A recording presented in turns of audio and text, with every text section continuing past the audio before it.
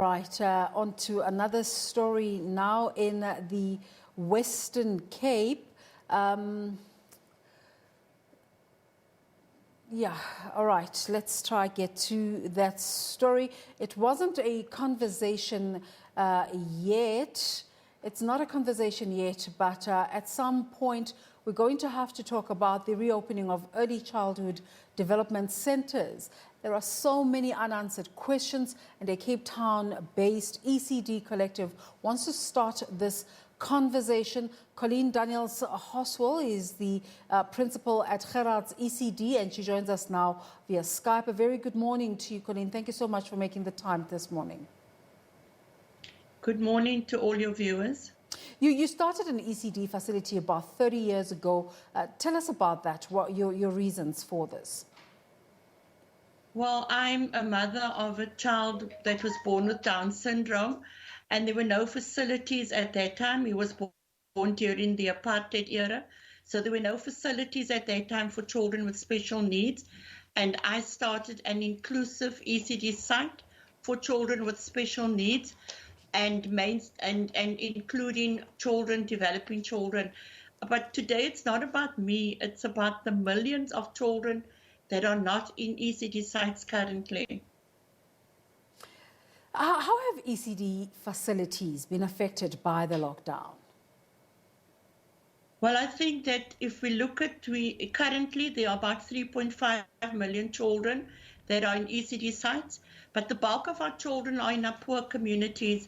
There's about 2.5 million children in poor communities in ECD sites that are not registered with the Department of Social Development because they do not meet the criteria in terms of the Child Care Act that specifies criteria for operating an ECD site.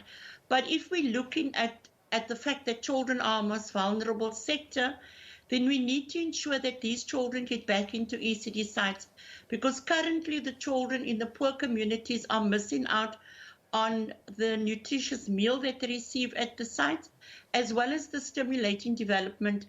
And if government believes that children are our future, then we need to be looking at getting them back into our ECD sites so that they can benefit. I mean, we're in a country where 37% of our children are stunted due to malnutrition.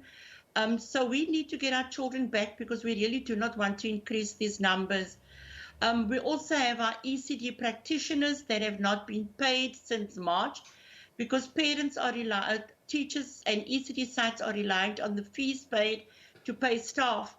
And I think that COVID-19 has really exposed the disparities that exist between privileged sites and non-privileged sites. And I talk here about our poor children in our informal settlements, in shacks.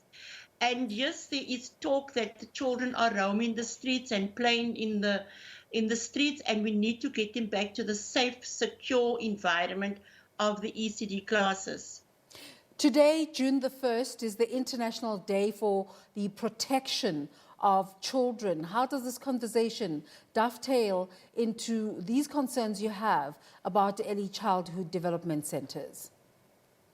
Well, I think that what is happening currently in the ECD terrain, there are so many conflicting reports coming out about when we are going to be opening. And I think that if we say that this is a week that we dedicate to looking out for our children and to ensure that their needs are being met, I think the Department of Social Development has a slogan that says, no child should be left out. Then surely we need to have decisive decisions about the way forward for our children in the ECD terrain as to when the ECD sites will open. We cannot have the Minister of Education giving a date. We cannot have the Minister of Social Development remaining silent. She needs to come out and appease the ECD sector and allay all the fears that are currently happening, because some ECD sites, the longer they stay closed, the less chance they will have to reopen. So your biggest problem now is about the reopening of ECDs. As an ECD collective, what are your biggest concerns? You mentioned a few of them. And why are those working in the ECD space not clear about the way forward? What kind of interactions are you having with government? Well, currently, as I've mentioned, we have so many conflicting reports. DSD Social Development has started an initiative to try and work towards finding a solution in terms of when we can open. So they have work streams that are working in the communities. But I think that the biggest fear and concern at the moment is that our children are out on the roads and parents need to go back to work.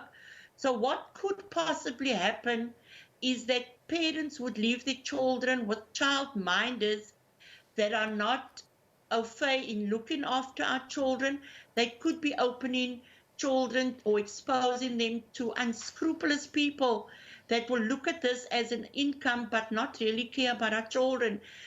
So if we say that this is Child Protection Week, then I think that government really needs to step up now and start saying, this is our plan, this is how we intend supporting you. Because you must remember that when ECD sites open, the people in the poor communities will have no funding. And we are saying that what support will government give to them in terms of PPE? We need to also educate our teachers or practitioners on the role that they need to play in preventing and in teaching our children about COVID-19. And also we need to get our parents on board as well to be supportive. So there's a range of issues that I can talk about for days. Yeah. But I think that government needs to take the lead now, and government needs to say, this is the plan, and we understand that the situation is fluid because it's the first time for everybody that we find ourselves in this situation. But I think that our social development minister needs to take the lead. She needs to speak to communities. I think that is the key factor here, that communities will drive the process, and she needs to engage with them. Colleen, as we're learning from this indecision about whether schools are opening or not, it's clear that it can't only be government.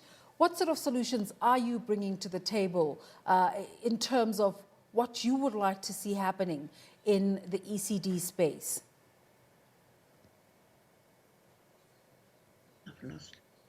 I've lost you there, but I think I caught the gist. What I'm saying is that we have a civil society called COVID-19 Coalition, where we're working with a range of people in terms of supporting, and we want to work with government. We want to say, this is an opportunity now where we can address all the disparities in our ECD sector in terms of privilege and in terms of poor communities. So I think with COVID exposing all of this, government needs to work with our communities to be able then to say, this is what works in our community. There is no one size fits all, because every community differs, every province differs. But I think key here is we need to have a decision about what preparations are needed and when is a date for our children to get back into our ECD sites, into that safe environment.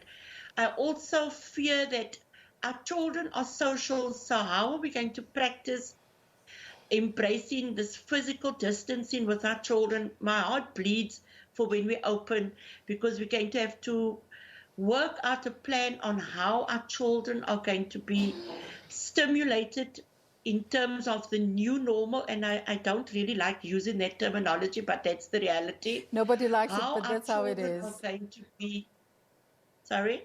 I was saying nobody likes that term, but that's just how it is. Yes, I know. And especially if we find that our adults are finding it difficult, how are we going to expect our children in the 0 to 5-year-old category to practice this? So we have people on the ground working out programs, and how are we going to manage this in our ECD sites? So government, I'm saying again, needs to speak to communities, and we have started working on a plan as how to address and how to support government. Thanks so much for talking to us this morning. It's a pleasure. Colleen Daniels-Horswell is a principal at the Gerhards ECD Centre in the Western Cape. Let's take a break. You're watching The Agenda.